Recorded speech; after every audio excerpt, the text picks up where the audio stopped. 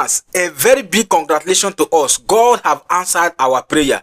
My people, never you estimate the power of woman. The Israeli parliament have finally signed and sealed the recognition of Biafra and are waiting for the final announcement. My people, listen attentively.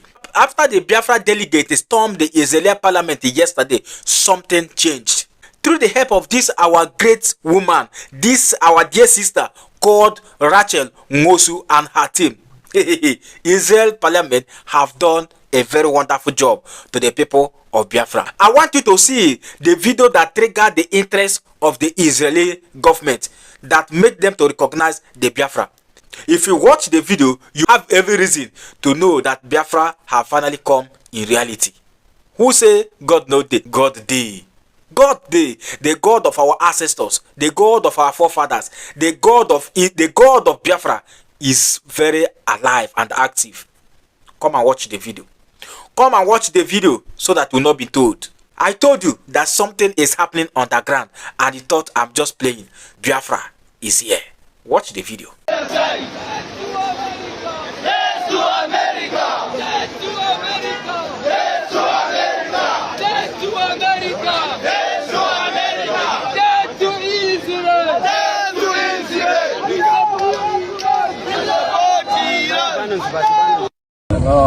From the Israeli Knesset, I promise a big surprise soon.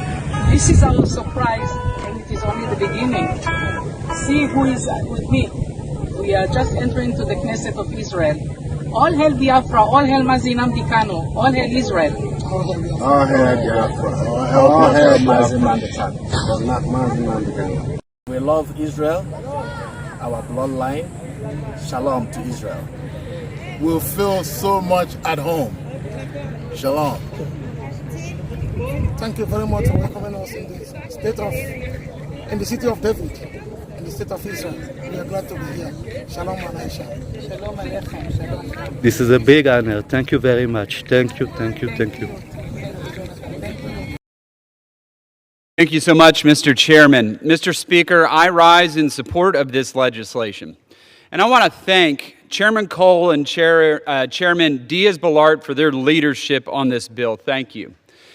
This bill reinforces the important work we have championed to combat the persecution of Christians in Nigeria, where nearly 100,000 Christians have been killed since 2009. Last year, President Trump asked Chairman Cole and myself to investigate the slaughter of Christians in Nigeria, myself and Chairman Diaz-Balart going to Nigeria. Since then, we have worked with the Trump administration to develop a strategy that provides assistance to the Nigerian government in their defense of Christians while holding President Tinubu's government accountable if they fail. The U.S.-Nigeria security agreement is already bearing fruit, including eliminating ISIS's number 2 globally. This bill bolsters our strategy by conditioning 50% of all U.S. assistance to Nigeria on measurable actions to protect Christians. It also puts a spotlight on the Middle Belt, where we have not seen nearly enough progress in protecting Christians against Fulani Islamic terrorists. With this vote, we will express the support of this chamber for the report we presented to the White House on how to end the Christian genocide in Nigeria. Mr. Speaker, the United States must never turn a blind eye to our persecuted brothers and sisters in Christ. I urge my colleagues to vote yes on this bill. I yield back. Gentleman yields back. Speaker, I rise in strong support for my amendment to increase the withholding threshold for assistance to Nigeria from 50% to 100%, while keeping in place benchmarks that demand Nigeria take effective steps to address the violence and persecution that continue to devastate the country. Nigeria has faced a horrific wave of violence that its corrupt government has failed to address. For years, and especially in recent months, Christians and other religious minorities in Nigeria have been subjected to violence and terrorism at the hands of extremists operating with impunity. Christian women and girls continue to be abducted, assaulted, tortured, and killed. their churches are burned, and entire communities are erased. If the aid conditions included in the bill are important enough to withhold half of all the funding to the Nigerian government, then they are important enough to withhold all of the funding. The generosity of our taxpayers is a reflection of the American values we hold so firmly. Never should we allow their hard-earned tax dollars to be funneled to corrupt regimes that fail to uphold religious freedom, fail to adequately confront terrorism, and fail to protect the innocent from persecution. So why are we rewarding a government that fails to meet such a basic obligation? This amendment is simple. It does not remove the aid conditions in the bill, but only strengthens such conditions. But most importantly, it upholds a principle that all recipients of American taxpayer assistance should follow, that they must prove they are willing and able to respond to violence before receiving any funding. Simply put, meet the standard before receiving support. That is the accountability the American taxpayer deserves. Foreign aid should never be a reward for failure. So as our national debt is fast approaching $40 trillion, why on earth are we still allowing ourselves to go further into debt by rewarding corrupt foreign governments that tolerate terrorism within their borders?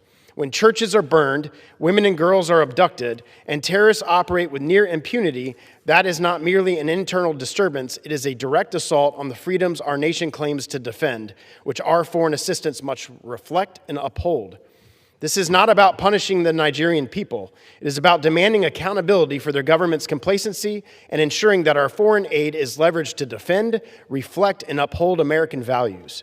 Even the underlying bill recognizes the Nigerian government's failure to meet the standard, yet it still allows for half of the funding to be released anyways. My amendment withholds all funds until they meet basic standards.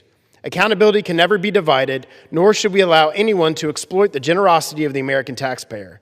I urge my colleagues to uphold accountability in our foreign aid spending and to vote for my amendment. I reserve. Nnamdi Kanu, we've already said that Nigerians are not citizens, and he was very correct, and he speaks for the Igbo street.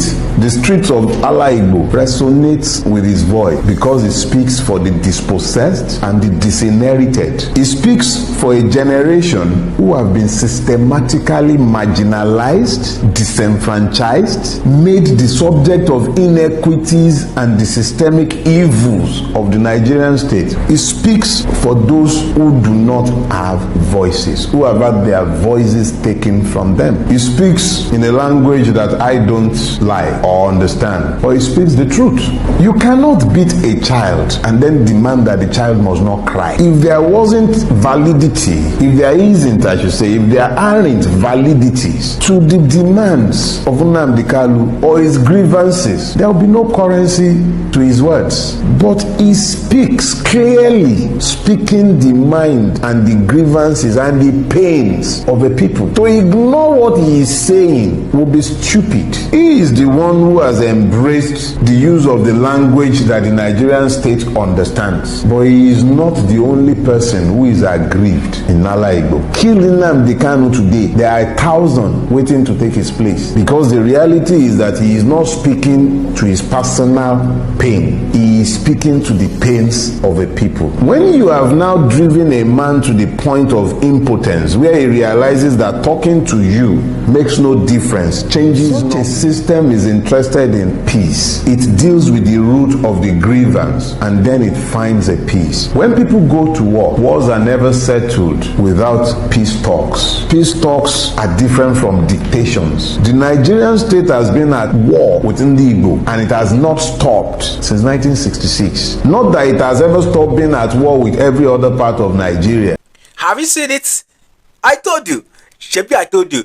Biafrans, go and rejoice. Start celebrating. You don't know what is happening. You don't know. We know it more than you. My people, let me clear your doubts. If anybody tell you that Biafra will not come, go and tell that person to go and hug Transformer. Biafra is here. No doubts. This video where the so-called the northern Nigeria are now chanting death to Israel, death to America, have triggered the interest of Israeli parliament to sign and see the recognition of Biafra and are waiting for the approval. It is done. It is done. Nothing anyone can do about it. My people, cry no more, weep no more. Our God is active. Our God is alive. Yes. What left is just three things. Mazi Samanekpa, Mazi Nnamdi Kanu, and recognition of Biafra is our agenda. Nothing much, nothing less.